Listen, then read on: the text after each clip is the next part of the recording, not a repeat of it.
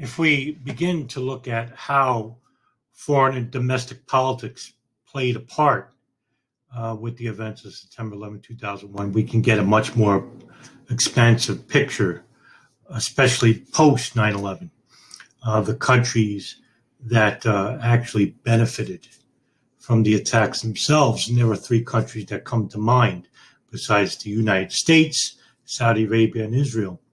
Now, the key to understanding the politics of these foreign nations and how they reflect here in the United States is key, because there is a primary directive that is concentrated on these two governments and how their lobbies work inside the United States. And want to talk about just the fundamental principles of these governments and how they operate, because most people aren't even aware that we have a Gulf lobby or an Arab lobby, which is basically the Saudis, the Gulf area. And also what would help is a general understanding of how certain faiths work, especially for the Arabs and the Muslims themselves, not so much Israel. Their religious sector is basically a sector that doesn't have much in the way of political influence, although they do play a small part in Israel, but not much here in the United States. However, the irony is that the theology is more permeated here than it is over there. And the irony is that we're supposed to be a secular country, but the largest voting bloc inside the United States is the Christian evangelical, the red states. They're the largest Zionists, largest Zionist population in the world, even more so than Israel. Israel is a parliamentary democracy with universal suffrage. That means everybody can vote.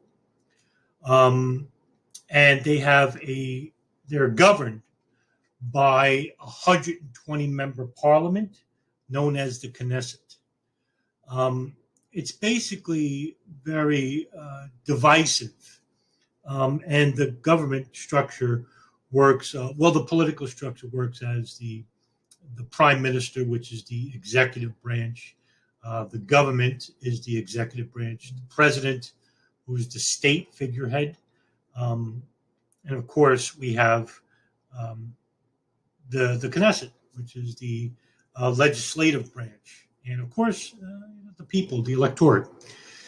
It's a lot more simpler when you look at it, as opposed to like other countries' governments, how they're complex. With Israel, it's basically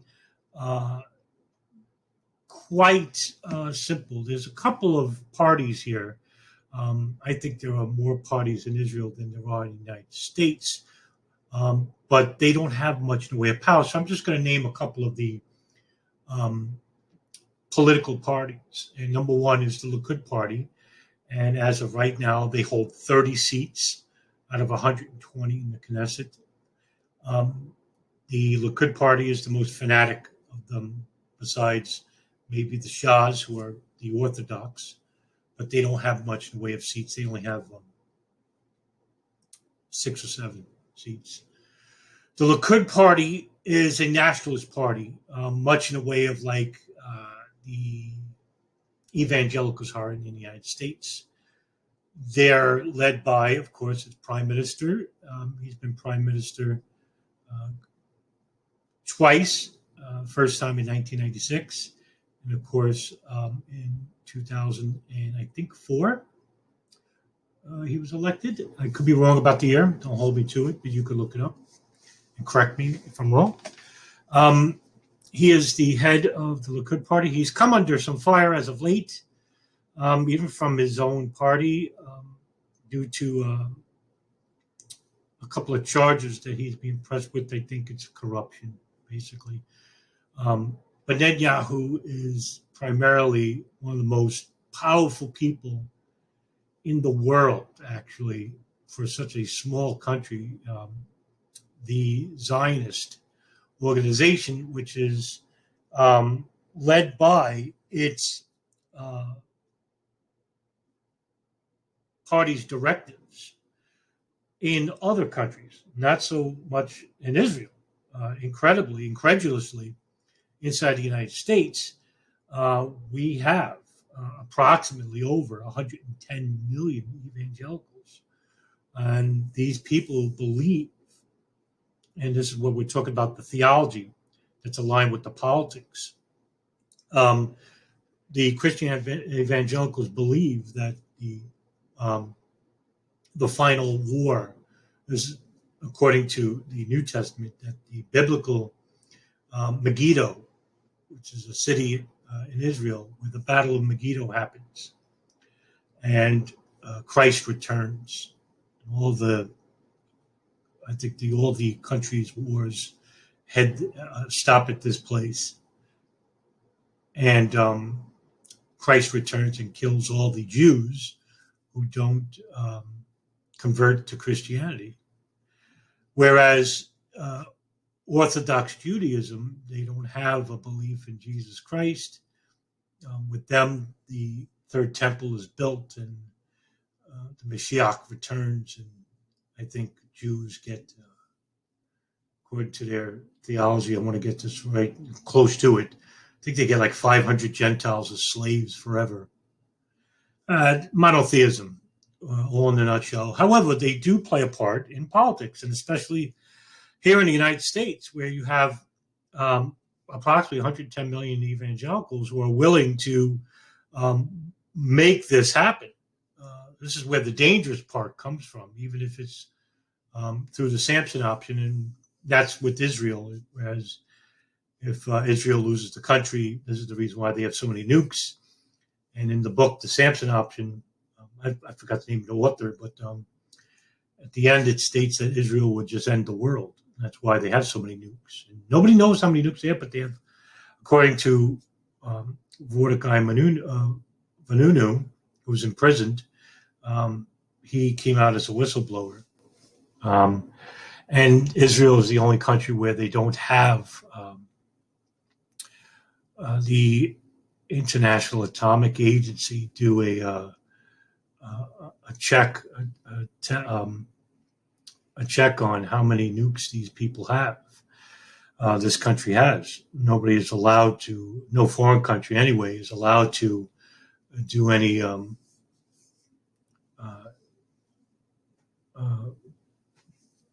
I forgot the word. Momentary lapse of reason. There's no check on this country and how much nuclear weaponry they have. However, going back to their Knesset, the Likud Party holds the most seats with the Zionist Union. Now, the Zionist Union has the second most seats, and they're the direct threat to the Likud Party. They're center left when it comes to politics. They're basically a joint electoral group created in 2014. And they're basically the only party that could really threaten the Likud Party as of right now. You do have the Joint List. The Joint List is a political alliance of Arab politics, which there were numerous Arab parties. They all joined into one, and that's why they're called the Joint List. They hold 13 seats. The Yesh Atid, which is a centrist political party in Israel, founded in 2012. They primarily concentrate on civics, socioeconomic of Israel. Basically, they are only 11 seats. They basically don't have much in the way of power in regards to politics. And then you have others like the Jewish the Jewish Home, the Shahs, who are ultra-Orthodox, and the Greens. These are all parties that have like 5 or 6 seats and don't have much in the way of power. However, the ideology of Zionism, which is backed by the Likud party, is the driving force of why we see so much in the way of disturbing trends inside the country in regards to Palestinians. And also, it's the driving force here in the United States, unfortunately, because this property of nationalism, this ideology of nationalism, which is permeated into our politics, our military. If you take a look at the politics within even just our religious sector, primarily nationalist, evangelical Christianity is the driving force here in the United States. Church is led by people like John Hagee, who espouses Israeli nationalism in his sermons every day, just about. Kenneth Copeland, Joel Osteen, Benny Hinn, Creflo Dollar. I could go on and on and on. I mean, these people are millionaires, all these people, and they drive millions of people to their churches. They're not even churches, they're mega churches. These people live in 10-bedroom houses, fly private jets and fancy cars. Meanwhile, their constituents are basically front rows with their large, extreme, extravagant hats and well-dressed. Meanwhile, the rest of the poor, lesser constituents can sit in the back row, watch on TV, and feel gratefully in donating 10% of their paycheck with a tithe to these greedy dispensationalists. And these aren't Christians by any means. Christ was a liberal as depicted in the Bible. These people aren't liberal at all. Their politics are basically pro-Israel. Most of the megachurches are anti-Islamic. And I'm going to get to their politics in a minute. Israeli politics are led by, of course, the American Israel Public Affairs Committee, or in short, AIPAC. And they are the most powerful foreign lobby in the United States. They don't have much in the way of finances. That's for the Gulf lobby. They're the most affluent in terms of finances. And they come in, and they're the oldest lobby. Israel lobby is not very old. The ideology of Zionism has permeated inside the United States since the late 19th century. At first, it wasn't very strong, considering that a lot of the European Zionists or European Jews had just moved out of Russia during the pogroms. They had to leave. And of course, they permeated certain Arab countries. I think to this point, Iran has the most populace of Jews in any Arab country. I think second would be, I want to say it's Lebanon or Jordan, one of those countries. And so we have this ideology of Zionism that is permeated in our politics, and it grew in the 20th century with certain Christian Zionists backing in the early periods, like William Eugene Blackstone, an infamous Christian Zionist. And we have plenty of Christian nationalists in this country, going back as the early 17th century. So that in itself even predates Israeli Zionism itself. So we can't just blame Israel saying the whole country is corrupt. They do inhumane things, not to just the Palestinians. Israel itself is very complex in regards to their population. They're led by, of course, the Likud party. They're led by their religious sector. Even though they're a small populace, they hold some power in regards to society, not so much in politics. And of course, a large part of Israel are secular. They don't believe in God. Incidentally, all three of these people do want an Israeli-only state, even though the religious sector, the ultra-Orthodox, the Haredi Jews, are willing to share the land with Arabs, where the Zionists do not care to share the land with Arabs, and the secularists are basically divided upon that. And so there's this like conflict within the three, but they all three have a basic understanding that Israel must be an Israeli-only state led by Israeli law. In regards to the formation of Zionism here in the States, you have multiple influential figures in the early period of the 19th and 20th century, most notably Louis Brandeis. And of course, in the 1950s, we see the formation of AIPAC, led by Isaiah Kennan.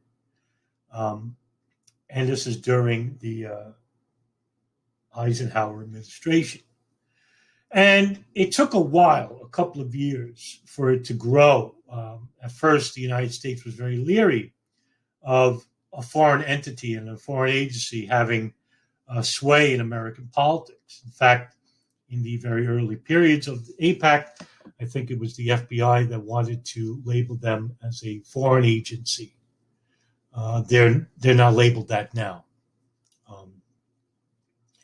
And so we have basically the United States led by its evangelical sector, evangelical Christians, who are 100% unwavering loyalty to a foreign agency like AIPAC, because Israel is a key part into their theology.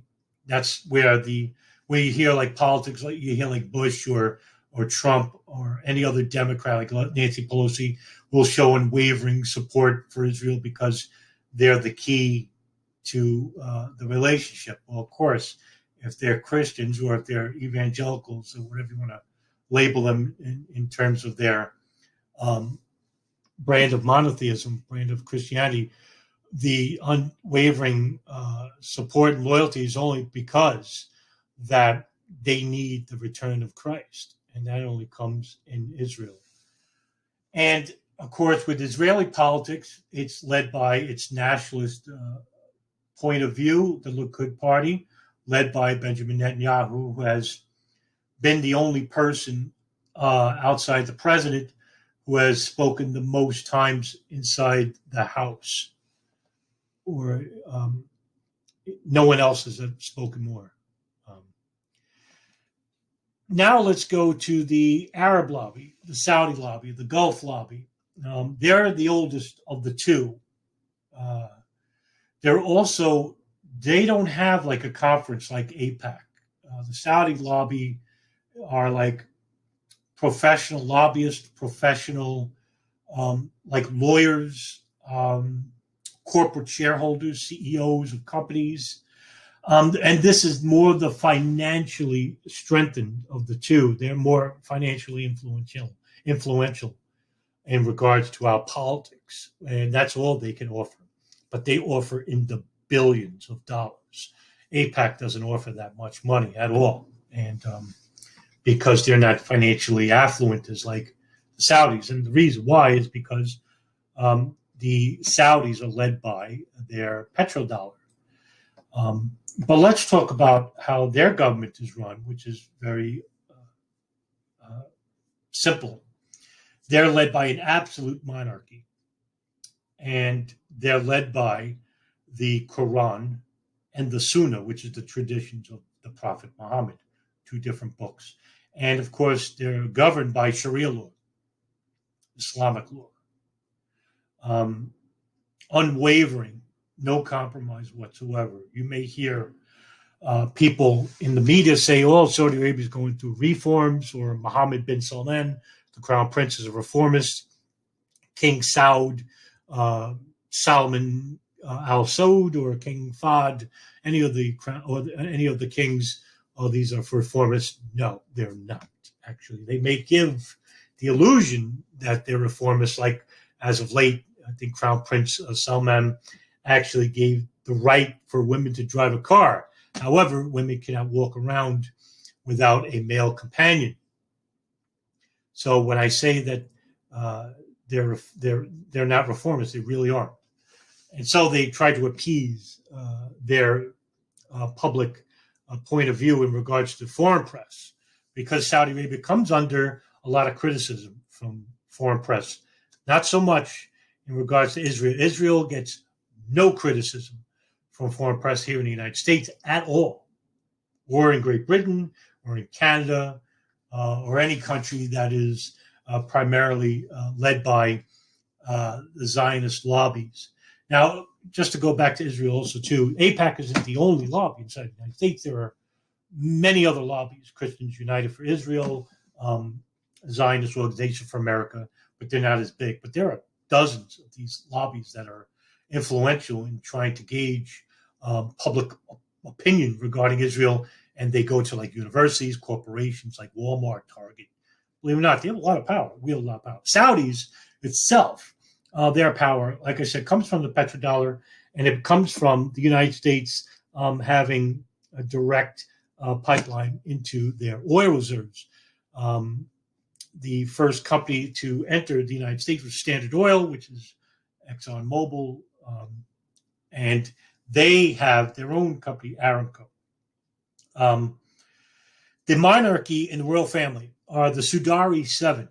Now, what are the Sudari Seven? Well, the Sudari Seven are the seven lineage of their first king, King Saud, right? Al Saud. He's the founder of modern-day Saudi Arabia. Before that, the country was basically called the Emirate of Diriyah. So, when the Saudis captured lands like Najiz and Hijaz, and they basically captured 4 major cities, and that's how Saudi Arabia was created. And it was united as one.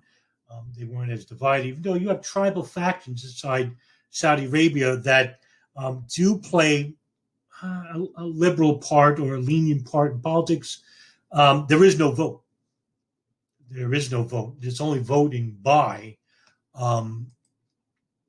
the tribal faction, and of course, the hundreds, even thousands of descendants of these 7 lines, these 7 lineage of Saudi Arabia. And of course, this is a very detrimental monarchy. Now, interestingly enough, their brand of theology is Sunni Islam. However, the country was created in part by Muhammad ibn Abdul al-Wahhab, who, along with King Saud, created the foundations of Saudi Arabia, where Wahhab was influential in creating the religious sector. The country would be ruled by his brand of theology, which is Wahhabism. King Saud would be, of course, its military might or its political might. So the country itself is led by 2 distinct areas. One, its theological branch, Wahhabism, and the political branch, which is the Sudari Seven, the 7 sons of Al Saud. And so with Wahhabi Islam, it has basically been spread throughout most of the Gulf and Southeast Asia. And it became influential here in the States, I'd say, during the 1960s, when the Kingdom of Saudi Arabia, which purports billions of dollars by pumping into these madrasas here and abroad, by spreading this ideology all throughout the world. And that's why we have many of these terrorist organizations like Al-Qaeda, which are basically maybe I think there's 300 left in their ranks. Islamic State, As-Sahab, Boko Haram, Abu Sayyaf in the Philippines, Jaish Mohammed in Pakistan, and so on. You have many other smaller organizations, maybe like al-Nusra in Syria, which go by, I think, Dar al-Sham. They always change their names so that the public don't record their atrocities in these countries. And you have literally hundreds of these groups, small groups. Basically, a lot of these groups are disorganized, and they're in poverty-stricken neighborhoods where they take advantage of by spreading the ideologies. And that's how it grew, excuse me, in countries like Egypt, Iraq, Afghanistan. Taliban will qualify. And a lot of these countries owe it to Saudi Arabia, who spend literally in the tens of billions annually.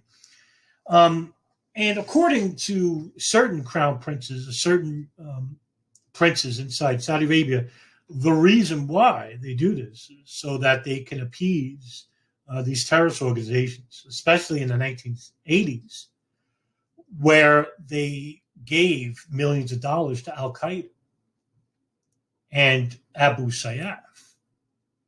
And the reason why is so that they don't turn their direction towards Saudi Arabia. And the reason why, you say, why would they attack the hand that feeds them? Well, because in 1990, Saudi Arabia made a mistake, so to speak. They invited the United States military to defend its country from Saddam Hussein in Iraq and the Baathists, which are a secular ideology in the military, the Baathists themselves. And Saudi Arabia doesn't have much in the way of a military. Israel has a military that's supported by us, even though we're the military for Israel. We're also the military for Saudi Arabia. Saudi Arabia itself is not a country which is military oriented. They do have an army. It's basically not much in the way of a threat besides the Yemen public, even though when it comes to the Yemen conflict, the United States and Egypt are basically the primary financial benefactors to Saudi Arabia. Most of the missiles, weapons, tanks, even small arms and large arms fire comes from us. And so basically with this theology that is a threat even to Saudi Arabia itself, it's basically kept the United States and the globe, the rest of the world, in a constant state of conflict because these groups and these ideologies have one thing in common, and that is to make the entire world Islamic when it comes to Wahhabi. And of course, you have Sunni theologians that consider Wahhabi Islam heretical. They're not at all Islamic. In fact, Wahhabists are now the more fervent ones, even the more ultra-Orthodox in Al-Qaeda, like the Islamic State. They kill Alawites, Shiites. In Islam, there are basically two parties. You have Sunnis and Shias, and Sunnis make up, I think it's 88% of the population of Arabs around the world in terms of their brand of theology. And with Iran being the largest in regards to, it's the main Shia country in the world, left now anyway. So the politics of Saudi Arabia inside the United States has been influential as going back to the Wilson administration as early as the 1930s and 40s, where it really took hold in the 60s. After the Six-Day War, where Israel defeated Egypt, Syria, and Jordan, Saudi Arabia, basically to show you how powerful it is, regulated their own oil and created an oil shortage, where oil prices here in the United States, and oil is considered the black gold here in the United States, suffered immensely in the 1970s and 80s. And so the United States relented in regards to how they saw Israel in politics. But that was short-lived. Of course, in the 1980s and 90s, we see the United States and Israel their bond really strengthening, and that comes from basically the populace of the evangelicals here in the States and the growth of megachurches and their influence in politics. Yet they don't get taxed in the way of like other corporations in regards to politics themselves. And that shows you how much power the evangelical base has here in the United States. Huge base. I mean, really powerful people. Not so much with the Saudis. The Saudis and Arabs are always going to be seen in the public view as questionable, morally reprehensible, I guess. With people I talk to on a daily basis, they don't consider Muslims. I mean, of course, 9/11 was the catalyst for this. Before that, Muslims were people that you scratch your head and look at.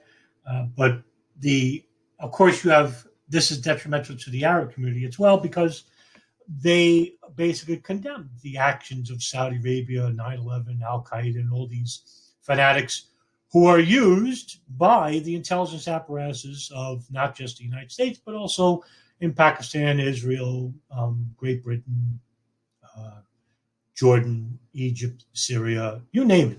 Any intelligence apparatus can infiltrate these groups and manipulate them and use them for a greater geopolitical agenda. So that's what 9/11 really is. And it's often forgotten that, these countries and their politics in regards to the events of September 11, 2001, and how that does play a part. I mean, if you want to say that why these two countries benefited to a certain extent of what happened after 9/11, not so much during 9/11. The United States lost 3,000 of its citizens, but we ended up killing 1.2 million in Iraq. So look, and that was based on a lie. And I'm not going to get into that about the anthrax scandal, how the neoconservative party forced the National Security Council to try and find evidence of Iraq and 9/11. They couldn't do it, so they went with weapons of mass destruction. They went with false testimonies of certain people that were kept in Guantanamo. Iraq war was based on a lie.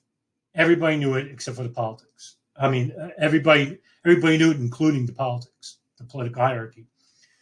And so if we're willing to kill 1.2 million, what's 3,000 people here in the States? If you don't think the United States would kill people to achieve multiple goals, you're living in denial. So and then that comes with the question, did certain agencies or people knew about the attacks that were going to happen? Well, of course.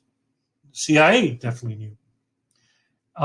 This is speculation, but I'm going to say that the NSA knew because they bugged the houses that were affiliated with Al-Qaeda. They bugged Bin Laden's satellite phone, and for years. And, I've said in a previous interview that they were definitely talking about these attacks. It's well known that they were going to use planes as weapons, even going back as far back as 1995 with Bajinka plot. Okay, so, but I don't want to delve down into this road, but I wanted to bring up this video and talk about how foreign politics have an influence here in the United States and vice versa, especially with Saudi Arabia and Israel in the United States, because this is something that's hardly ever talked about in the area of September 11, 2001. And it's an important area.